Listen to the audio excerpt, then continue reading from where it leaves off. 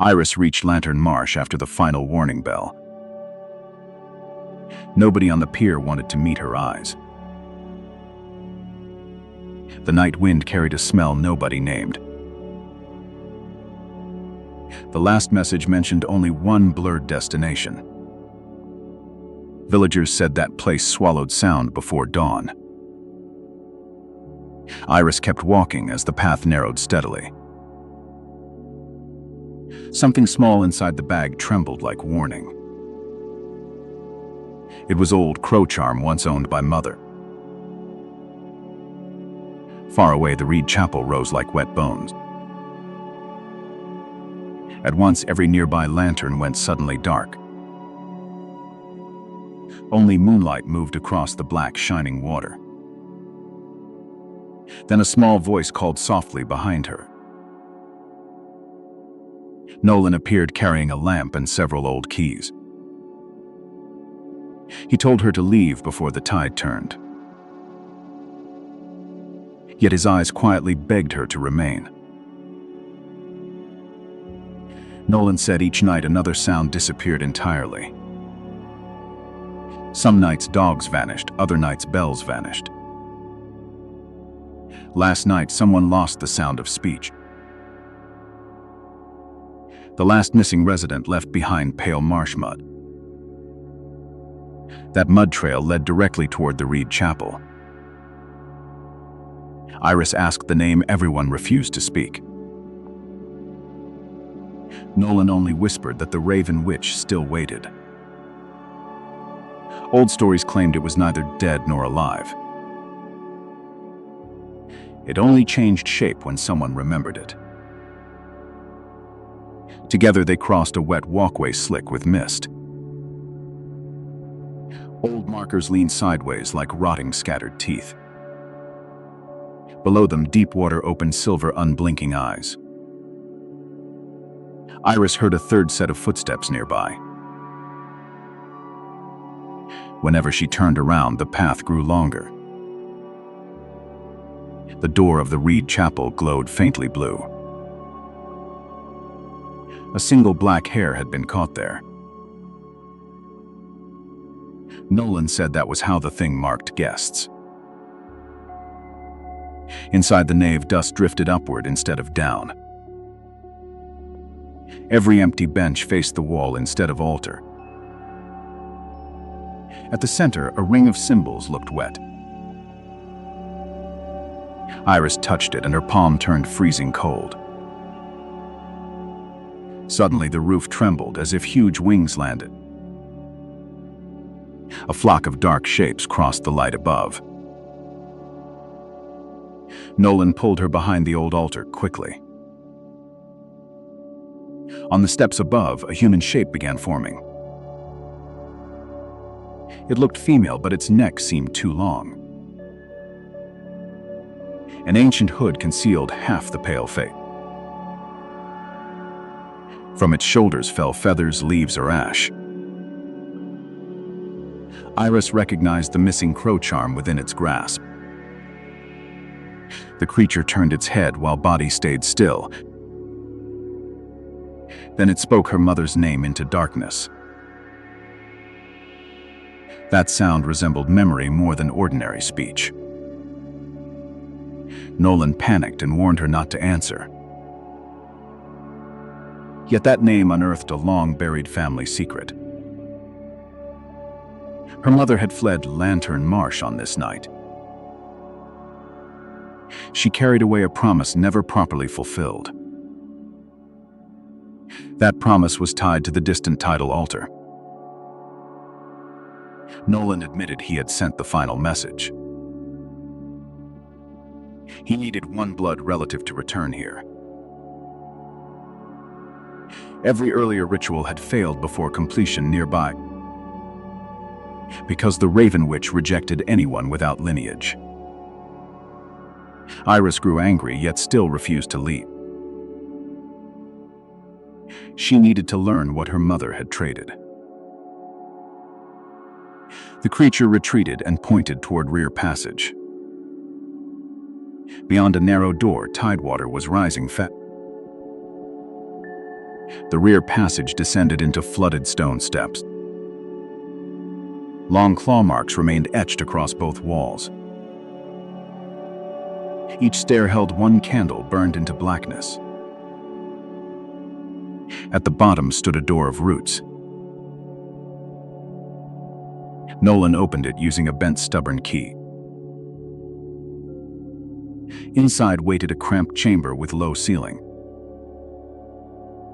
At the center sat a small altar draped wet. Beneath the cloth was an old portrait of Mother. In one corner, the painted eyes were scratched. Behind the frame, an unsent letter remained hidden. The letter described a bargain exchanged for peace.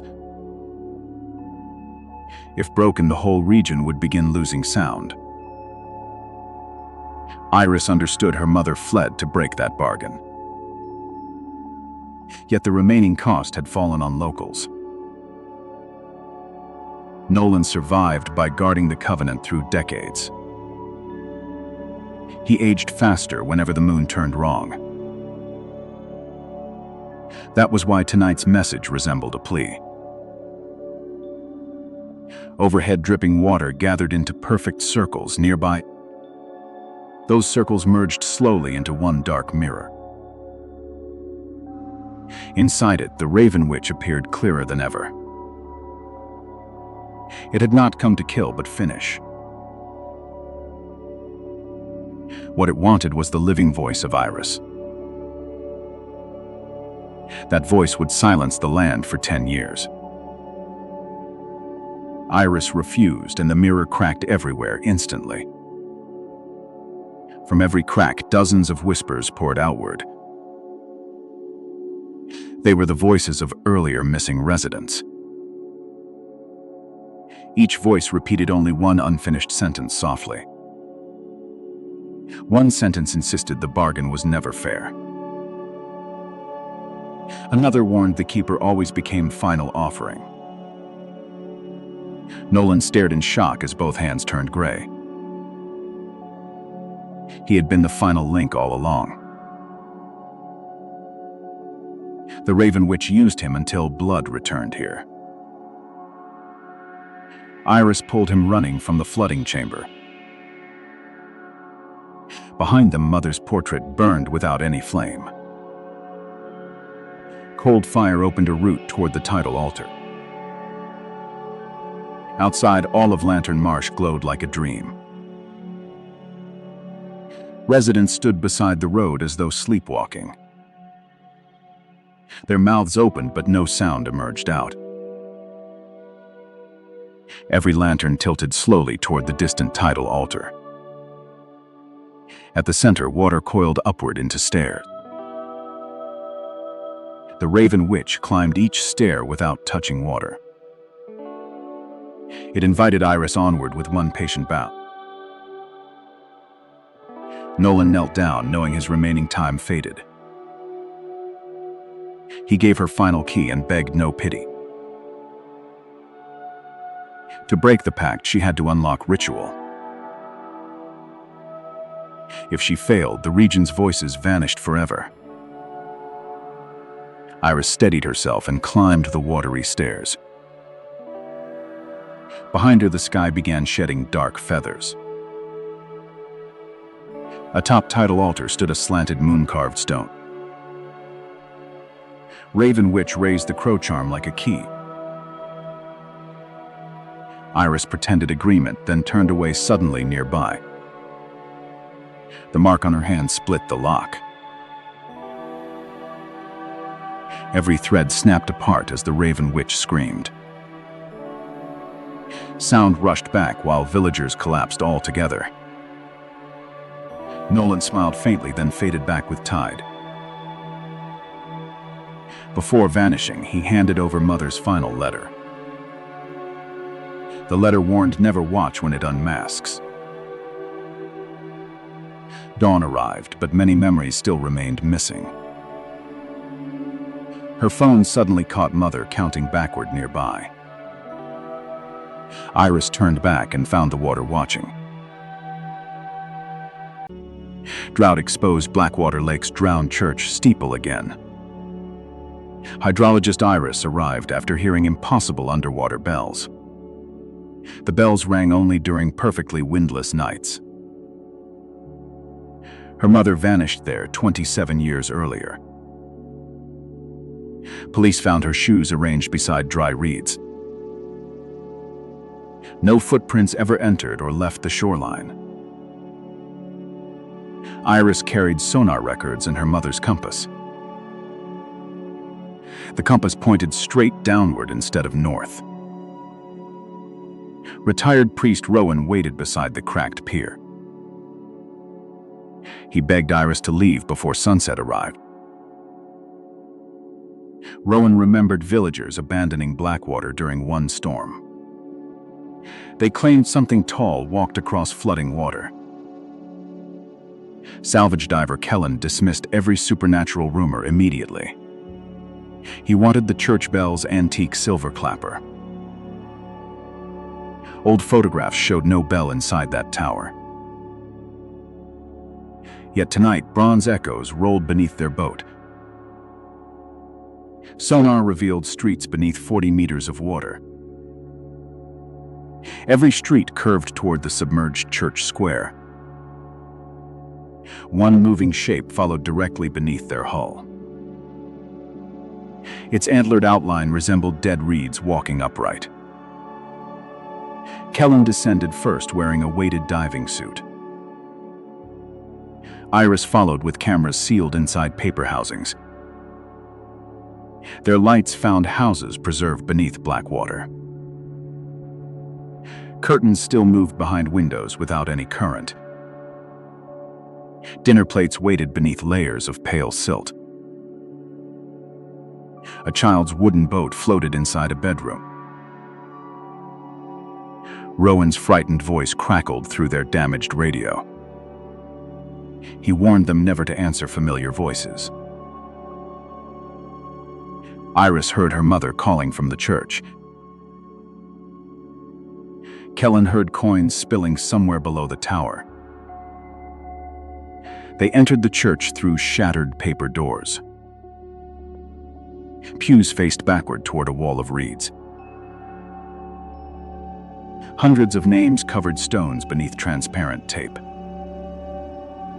Iris found her mother's name still dripping fresh. Kellen discovered the silver clapper beneath the altar. The moment he touched it, every bell rang. A towering creature unfolded from the reed wall. Its translucent skin held trapped lights like fireflies. Amber eyes opened above a mouth without teeth. The creature offered Iris her mother's drowned compass.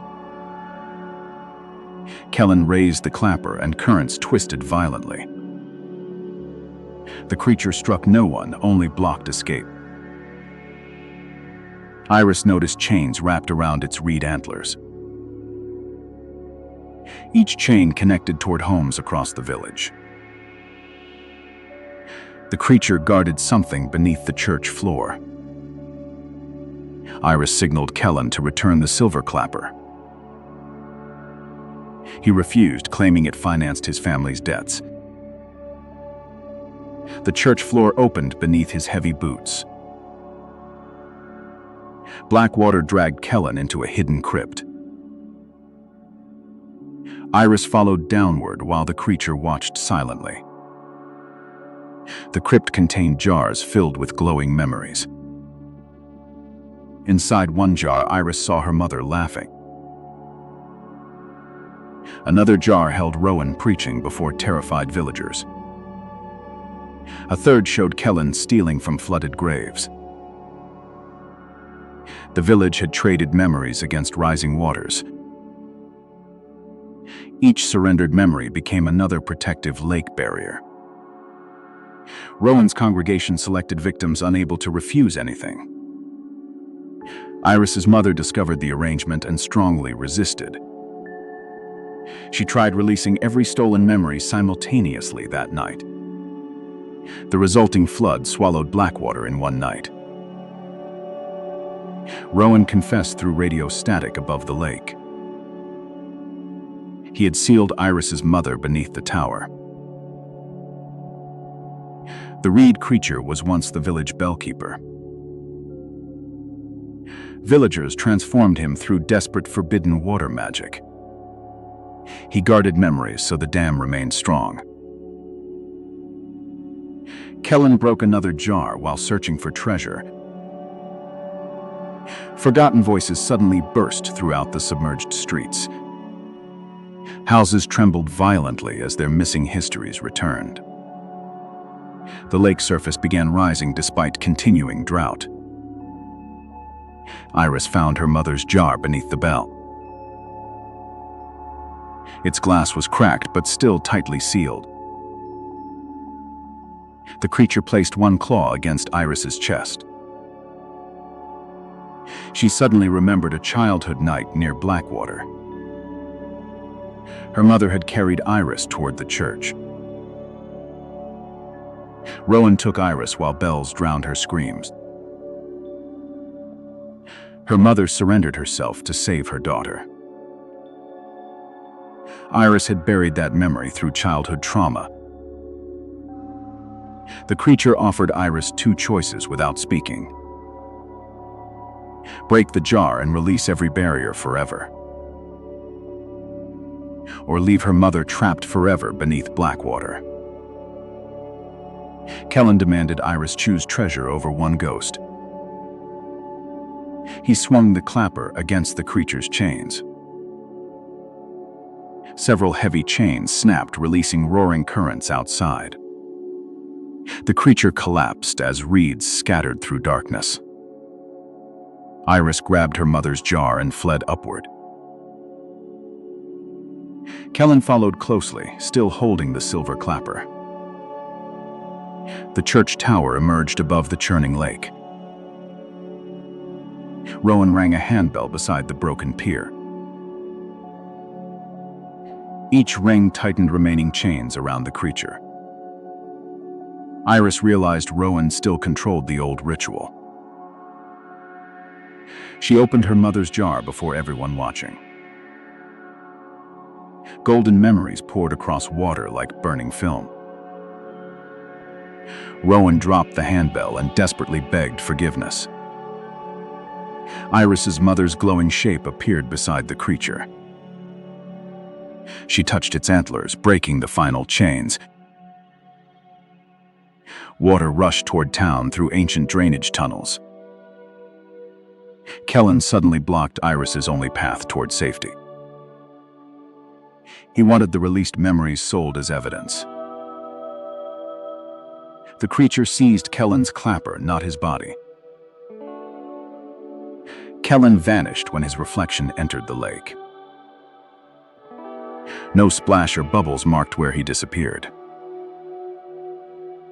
The creature carried Iris toward the exposed shore. Her mother's shape faded with the retreating water. Before vanishing, she pointed beneath Rowan's heavy coat. There, Iris found 27 stolen memory labels. Rowan admitted yearly sacrifices continued after Blackwater drowned. He claimed they protected downstream towns from flooding. Authorities finally arrested Rowan after Iris released recordings. Engineers drained Blackwater and found no drowned village. The sonar streets had vanished beneath ordinary mud. Kellen's suit surfaced empty beside bundled silver reeds. Iris kept her mother's compass, now pointing north. For 1 year, the bells remained completely silent. Then drought returned again during another moonless summer. A tall reed figure appeared outside Iris's window. It carried Kellen's frightened face beneath translucent skin. The compass needle slowly turned downward once more. Blackwater's church bell rang deeply beneath dry earth. Experts found no source beneath the drained basin. That final recording remains unexplained to this day. Architect Eva Morrow inherited a house without windows.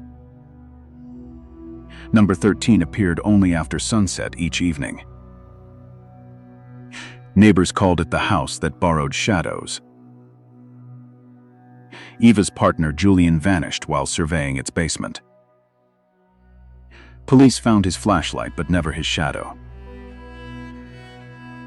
Every room contained wallpaper stitched with black thread. The patterns moved whenever Eva briefly looked away. Her elderly Aunt Sabine arrived carrying silver scissors.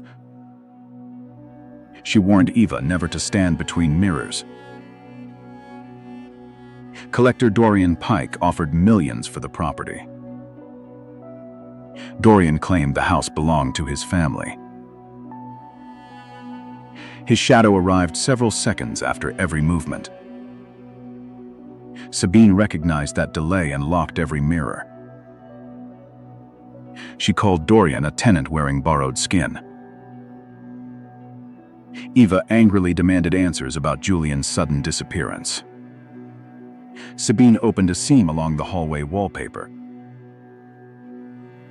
Cold darkness breathed through the narrow paper opening. Inside, hundreds of shadows whispered forgotten family names. One shadow traced Julian's face against the wall. It pointed downward toward the sealed sewing room. Eva entered carrying chalk, candles, and Julian's flashlight. The sewing room contained many mannequins without heads. Each mannequin cast a completely different human shadow. A spinning wheel turned without thread or hands. Julian's frightened voice came from beneath the floorboards.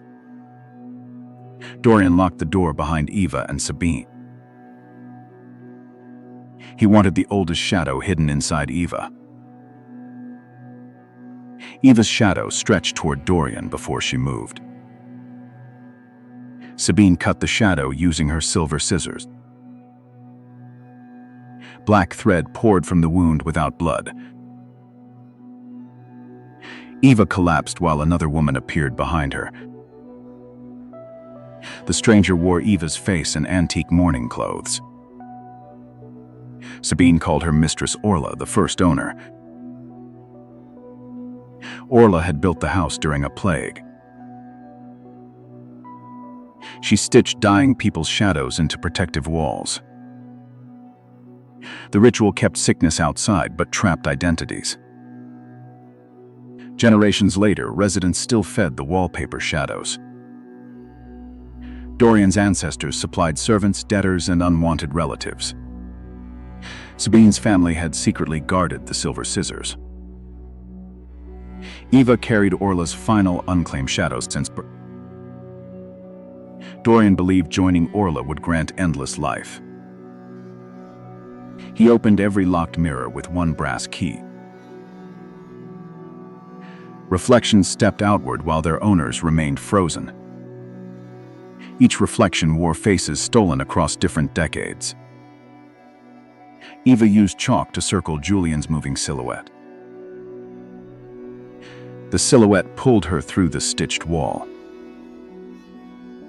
Beyond it waited a city made entirely from wallpaper. Shadow citizens wandered streets without bodies or voices. Julian stood beneath a paper clock without hands. He remembered Eva, but his body served upstairs. Dorian had stolen Julian's body for Orla's return. Eva followed black threads toward the central tower. Every thread connected to a sleeping person outside. The house borrowed shadows during dreams, then kept them. Missing shadows became workers maintaining Orla's paper city. Julian urged Eva to burn the central pattern. Sabine's voice warned fire would kill trapped shadows. Eva searched for another exit through folded streets. She found children drawing doorways using white chalk. Their drawings briefly opened doorways into forgotten bedrooms. Eva realized memory, not fire, could release shadows. She described Julian's smallest daily habits aloud carefully. His shadow grew heavier, gaining color and depth. Other shadows gathered nearby, desperate for remembered details. Eva asked each one to show their homes. Countless windows opened across the dark wallpaper sky. Outside, families suddenly saw missing shadows calling silently. Dorian entered the city wearing Julian's stolen body. Orla followed them inside Eva's dark, separated shadow. Many accepted, entering mannequins inside the sewing room. The mannequins slowly climbed upstairs with unfamiliar faces. Sabine fought them using scissors and red thread. Eva understood Orla wanted replacement bodies for everyone. Freeing shadows blindly would displace their living owners. She needed careful reunions, not simple escape anymore. Julian guided Eva toward the city's oldest mirror.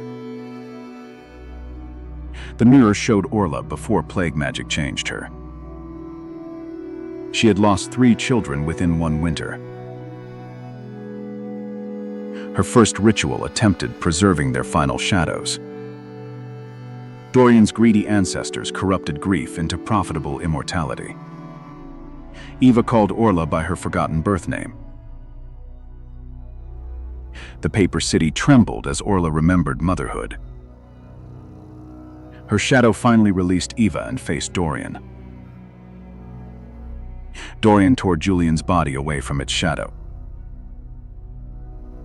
Sabine cut the brass key from his hand.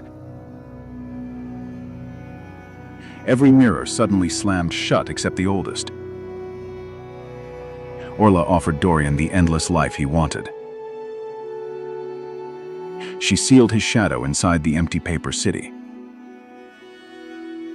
His body became another mannequin without a face. Eva placed Julian's shadow against his waiting body. Black stitches closed around his feet and hands. Julian awakened, remembering every lost year spent inside.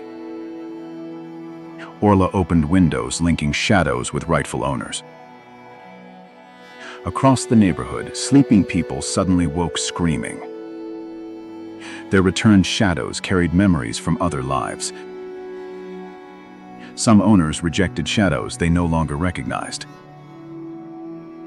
Orla began fading as the wallpaper lost darkness. She asked Eva to preserve one final doorway. Eva refused, fearing another generation would misuse it. Sabine quietly saved one final stitched wallpaper square. The house collapsed inward without dust or sound.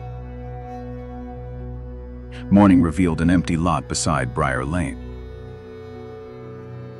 Authorities found no building permits or property records. Julian returned home but carefully avoided every mirror. His shadow sometimes strangely wore Dorian's missing face. Sabine disappeared completely before Eva could question her. Only silver scissors remained inside her locked apartment. Eva destroyed them inside an industrial silver furnace. The melted silver cooled into 13 tiny keys. Months later, new apartments rose on Briar Lane. Residents complained their shadows entered empty elevators alone. Security cameras showed shadows visiting non-existent floor 13. Eva reviewed the footage and recognized Sabine's silhouette. The silhouette carried one final stitched wallpaper square. It entered Julian's dark apartment while he slept. His shadow rose and opened the bedroom mirror. Beyond it, Dorian still wandered Orla's empty city. He looked directly toward the waiting security camera. Then 13 new paper windows opened behind him. No investigation explained how that footage was recorded. Rain drove Lena toward the sealed northern station. Her missing brother's watch had started ticking again. It always stopped exactly at 9:02. Tonight its hands pointed beneath the hidden Platform 9. Transit maps claimed that platform never officially existed. Yet old commuters whispered about doors opening underground. Lena carried archives, candles, and Noah's final photograph. Every picture showed his shadow facing another direction. A brass key waited inside the photograph's paper frame. Someone had scratched 9 tiny moons along it. Engineer Tomas found Lena beside the chained entrance. He warned that tunnels shifted after midnight storms. 3 workers vanished while measuring impossible platform walls. Their tools returned neatly arranged beside warm tea. Tomas carried blueprints burned around one hidden staircase. The staircase descended farther than the station's foundations. Lena used Noah's key against the rusted gate. The lock whispered her childhood name before opening. Neither Lena nor Tomas had spoken that name. Below them, a distant woman began humming softly. Platform 9 appeared beneath layers of torn posters. Paper trees grew from cracks between abandoned rails. Black candles burned without melting beside empty benches. A ticket machine discards bearing moving silhouettes. One silhouette walked exactly like Lena's missing brother. Tomas heard his dead wife's laughter inside tunnels. Lena stopped him before he followed the voice. Their shadows stretched forward despite lights behind them. A white-haired woman waited beyond the final pillar. Crimson threads circled both wrists like living bracelets.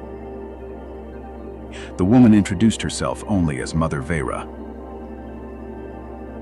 She claimed every missing traveler entered by choice. Lena demanded Noah, but Vera offered warm tea. Steam shaped Noah's face above the chipped cup. Vera said names were tickets, memories were payment. The station accepted sorrow that travelers could not carry. Tomas called her a witch wearing borrowed kindness. Vera smiled and every candle bent toward him. She knew details buried inside his wife's grave. Tomas nearly traded his wedding memory for answers. Lena broke the teacup before he accepted anything. The spilled tea revealed miniature doors beneath reflections. Each door showed travelers living different, forgotten lives. Noah appeared teaching children inside a moonlit village. He looked older, peaceful, and completely unaware of Lena. Lena touched the reflection and lost her mother's voice. Vera warned every doorway collected one precious memory. Tomas tied Lena's wrist using blue electrical wire. The wire prevented their shadows from separating completely. Together they entered Noah's reflected paper village below. Moonlight hung like silver fabric above silent houses. Residents smiled while lacking shadows, names, and histories. Noah greeted Lena as an unfamiliar railway inspector.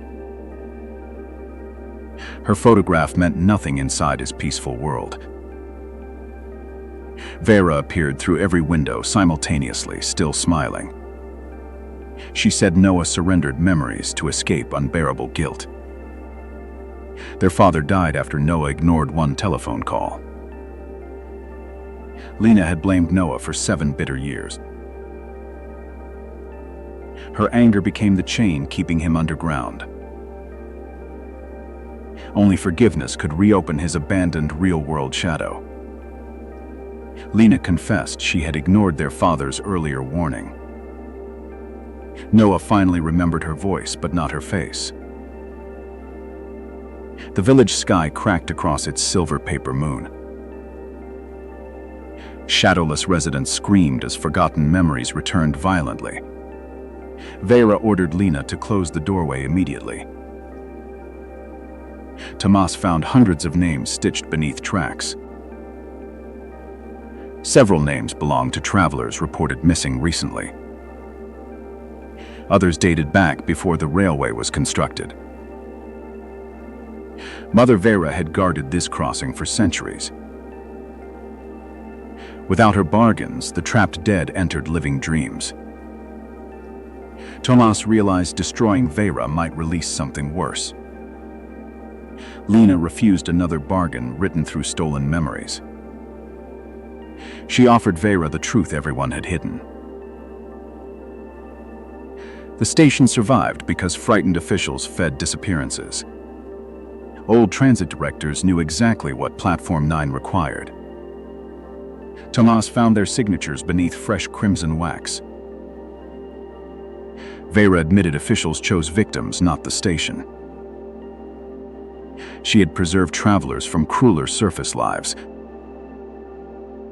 Lena asked whether preservation without choice was mercy. Vera's smile vanished for the very first time. The platform bell rang, although no bell existed. Every hidden doorway began opening across the tunnel.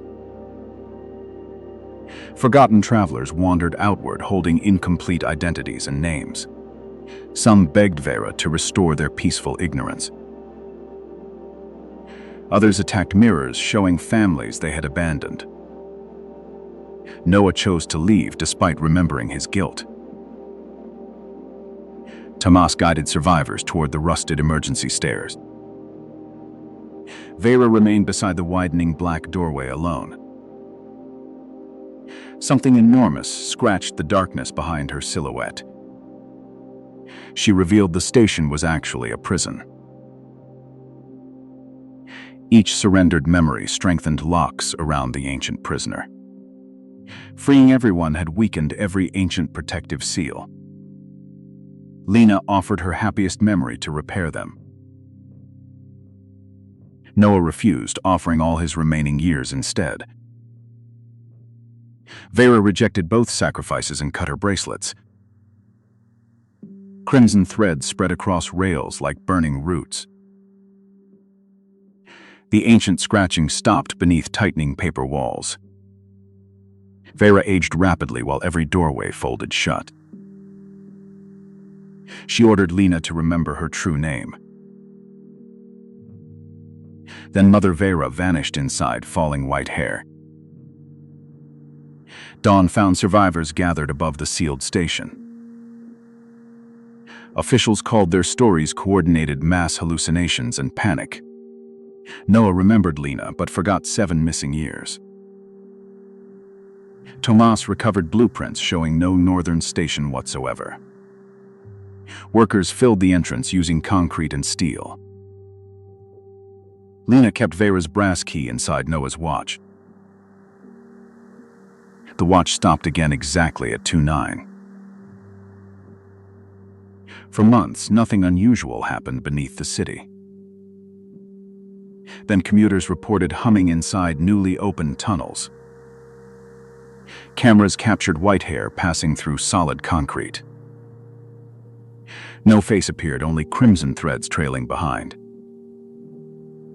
Lena reviewed footage while Noah slept nearby peacefully. Her shadow stood upright before she even moved. It carried Vera's key toward the basement door. Lena followed, believing she could somehow stop it. The basement opened directly onto Platform 9 again. Mother Vera waited there, younger than before, smiling. Behind her, Noah's abandoned shadow whispered Lena's name. The recording ended with bells beneath solid concrete. No official explanation ever accounted for that recording. Conservator Clara Vale restored a forbidden village ledger. Its pages listed futures instead of births or deaths.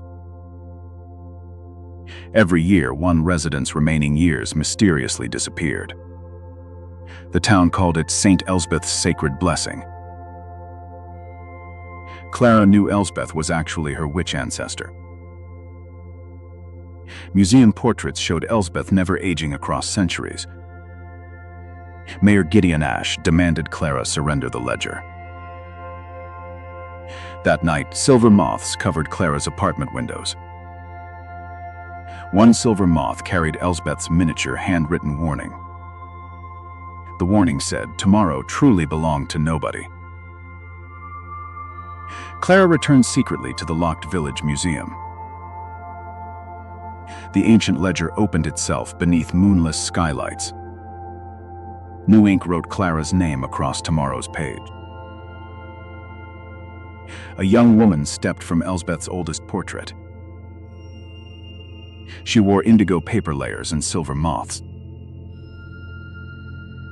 Elsbeth looked far younger than every surviving portrait. Elsbeth asked only whether Clara truly enjoyed living. Before Clara answered, all museum clocks reversed together. Gideon entered with masked members of the council. They carried bowls filled with gray paper ash. Elsbeth called them heirs of the stolen future. Gideon ordered the council to begin yearly selection. Ash formed a human outline beside the ledger. Twig antlers rose from its burned paper skull.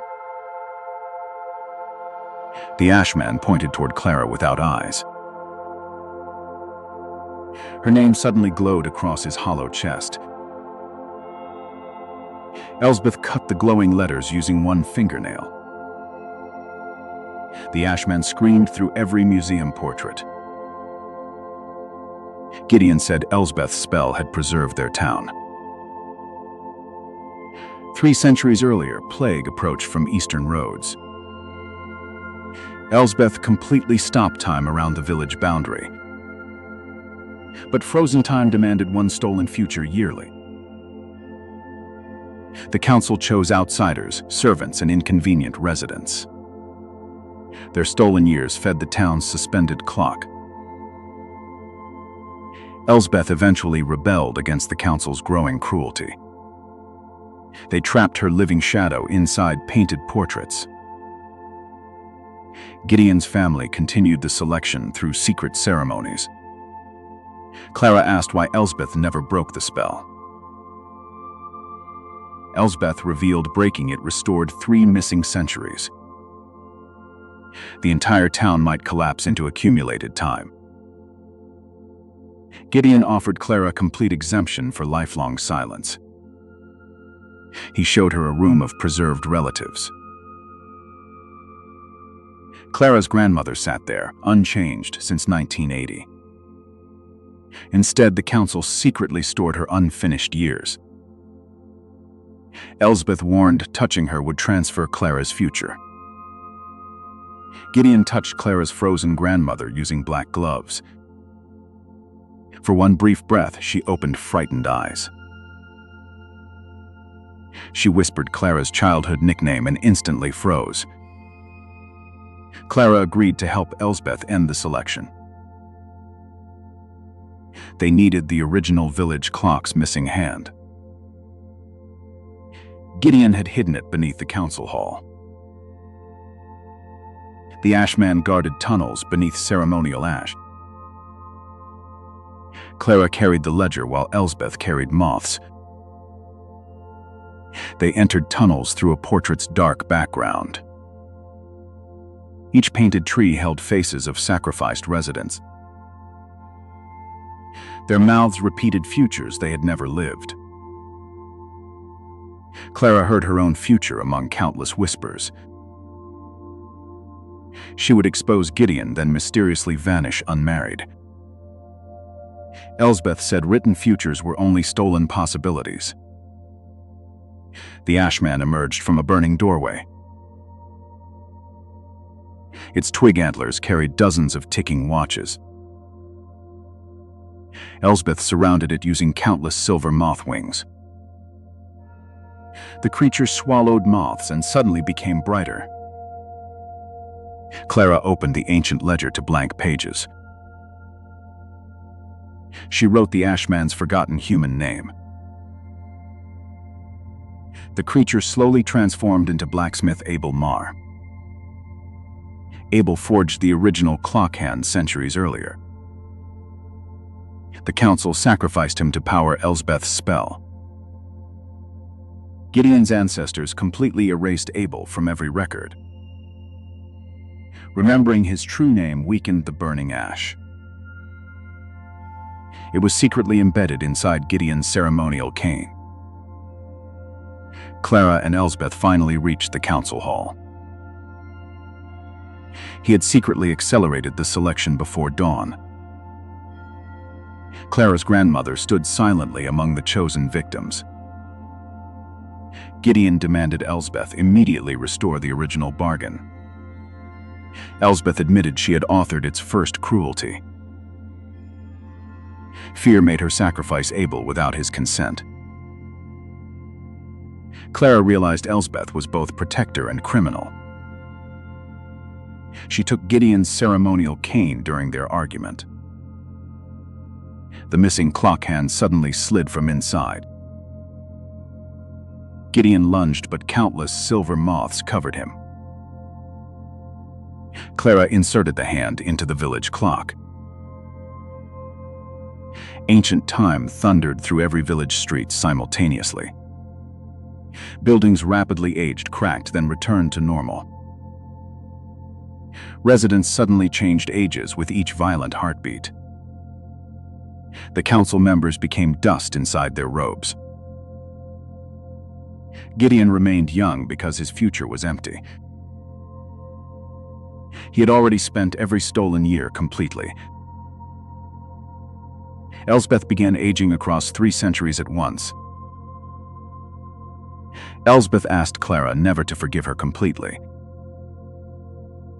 She only wanted the yearly selection permanently ended. Clara's grandmother awakened and immediately recognized her face. But she had aged 40 years within seconds. The town clock finally moved beyond midnight again. Elsbeth vanished, leaving one final silver moth behind. Gideon escaped through village streets, collapsing into mourning. Police found him completely unable to remember tomorrow. Every sunrise completely erased his previous day's memories. Clara published the ledger and secret council records. Historians dismissed the supernatural pages as elaborate forgery. Medical experts could not explain the survivor's aging. The museum removed every portrait connected with Elsbeth. Still, silver moths gathered there every single midnight. Clara stored the original clock hands separately underground. It moved backward whenever someone nearby deliberately lied. 1 full year passed without another chosen future. Then Clara noticed village children stopped growing entirely. Adults aged normally, but newborn clocks remained frozen. The town had lost sacrifice, yet time stayed damaged. A new page appeared beneath Elsbeth's blank portrait. It listed every child with no future dates. Silver moths formed an arrow toward the eastern road. There Gideon waited beside the restored Ashman. Abel's human face had disappeared beneath burning paper. Gideon raised 12 watches toward the rising sun. The town clock stopped exactly at Clara's birth time. Elsbeth's faint voice whispered from every silver moth. She warned the final spell had only begun. No official report ever explained the frozen children. The unanswered mystery continues beneath Saint Elsbeth's blessing. Radio astronomer Mara Quinn detected voices inside lunar static. The signal returned every 27 years without variation. Tonight it repeated Mara's missing sister's final words. Nora vanished near Hollow Moon Observatory decades earlier. Search teams found footprints ending beneath open sky. Mountain Ranger Elias Crow remembered lights descending silently. He had hidden that memory from every investigation. Mara brought analog receivers and Nora's silver pendant. The pendant vibrated whenever static formed recognizable breathing. A storm sealed the observatory road before midnight. Mara and Elias entered the abandoned telescope dome. Dust covered everything except one polished control chair. The chair faced a telescope disconnected since Nora vanished. Its eyepiece showed a moon with a black opening. Elias insisted the real moon looked completely normal. Mara recorded 7 figures walking inside the opening. Each figure carried a lantern made from starlight. One stopped and raised Nora's familiar silver pendant. The observatory doors locked without electricity or wind. Something small scratched repeatedly beneath the metal floor. Elias opened a service hatch using emergency tools. A silver-skinned creature crouched among bundled cables. Its black eyes reflected constellations absent from Earth. Translucent paper layers carefully formed its trembling cloak. Mara named the creature Nemi after childhood stories. Nemi touched Nora's pendant and projected moving memories. Mara saw hikers entering moonlight 30 years earlier. They returned moments later, completely unchanged and smiling. Official records claimed those hikers had vanished permanently. Elias suddenly recognized himself among the returning group. He had completely lost 6 hours that night. Nemi drew a hollow circle across the dusty floor. The circle opened onto a valley beneath another moon. Paper trees bent slowly towards silent silver buildings. Nora stood outside one building, exactly 32. Mara nearly crossed before Elias pulled her back. Nemi shook violently and covered both black eyes. A taller visitor emerged behind Nora's frozen image. Its strange face changed between every missing hiker. The visitor spoke using voices Mara deeply trusted. It called itself the Keeper of Unspoken Grief. The visitors collected sorrow humans refused to express. They claimed grief became dangerous when buried too long. Every 27 years, they opened another crossing. Some humans entered willingly to surrender unbearable memories. Others were chosen because their sorrow affected everyone. Nora entered willingly after their mother's sudden death. Mara had believed Nora abandoned her without explanation. The Keeper offered Nora's return for Mara's grief. Mara refused payment without hearing Nora speak directly. Nemi guided them through the floor's hollow circle. Gravity suddenly shifted sideways inside the Silver Valley. Their shadows floated above them like dark balloons. Buildings unfolded when visitors passed through their walls. No doors existed anywhere across the silent settlement. Elias discovered strange clocks containing preserved human heartbeats. One clock beat using his own missing hours. Nemi revealed visitors measured time through emotional weight. Stolen hours became fragile bridges between separate worlds. Nora waited inside a chamber filled with paper stars. She recognized Mara immediately and suddenly began crying. But Nora's tears floated upward without ever falling. She said only 3 Earth days had passed. The visitors had shown her countless grieving civilizations. Nora now helped prevent sorrow from becoming violence. Mara asked whether Nora could finally return home. Nora said Earth had already forgotten her body.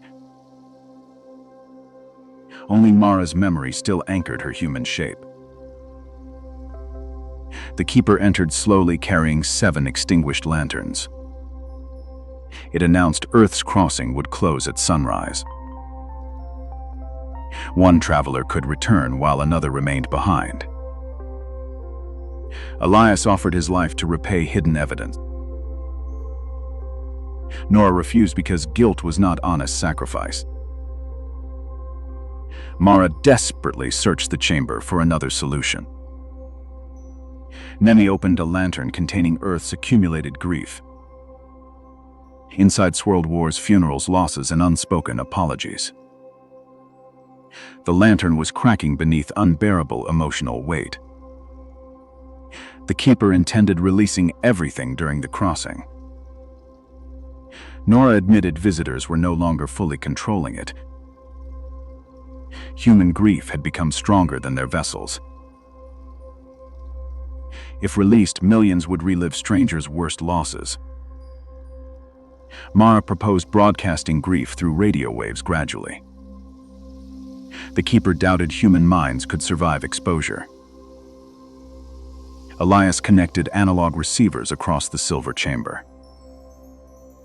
Nora translated emotions into patterns without human words. Mara aimed the observatory dish through the crossing. The broadcast began as sunrise touched Earth's mountains. Across continents, sleepers briefly dreamed completely unfamiliar lives. Millions awoke crying without understanding any clear reason. The lantern's cracks slowly sealed beneath softer light. But the crossing suddenly began collapsing around everyone. Nemi forcefully pushed Mara and Elias toward Earth. Nora remained beside the keeper, holding the lantern. Mara grabbed Nora's hand through the shrinking circle. For one brief second, Nora became visibly older. Then her hands separated into silver paper star.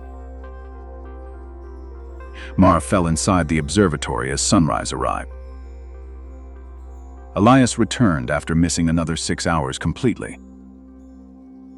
Nemi remained behind, trapped beneath the service floor. The creature's layered cloak had turned completely black. It drew Nora's face beside 27 small circles.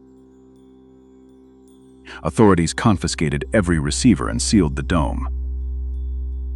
They blamed mass dreams on unusual solar activity. No observatory instruments ever recorded Mara's impossible broadcast. However, millions reported completely identical silver valleys online. Mara preserved one analog tape beyond official searches. The tape contained Nora softly whispering after sunrise. She warned the hollow moon was opening wider. 27 nights later, Nemi disappeared from confinement. Security footage showed absolutely no doors opening anywhere. Mara returned home and studied the real moon. A dark opening appeared where no crater existed. 7 silver lanterns moved slowly inside that opening. The old radio activated despite being completely unplugged. Nora's voice asked Mara whether Earth felt lighter. Then another voice answered from inside Mara's room. Nemi stood behind her, wearing Nora's silver pendant. Its black eyes now clearly reflected Earth's constellations. No government agency explained the synchronized global dreams. The hollow moon signal continues returning every night.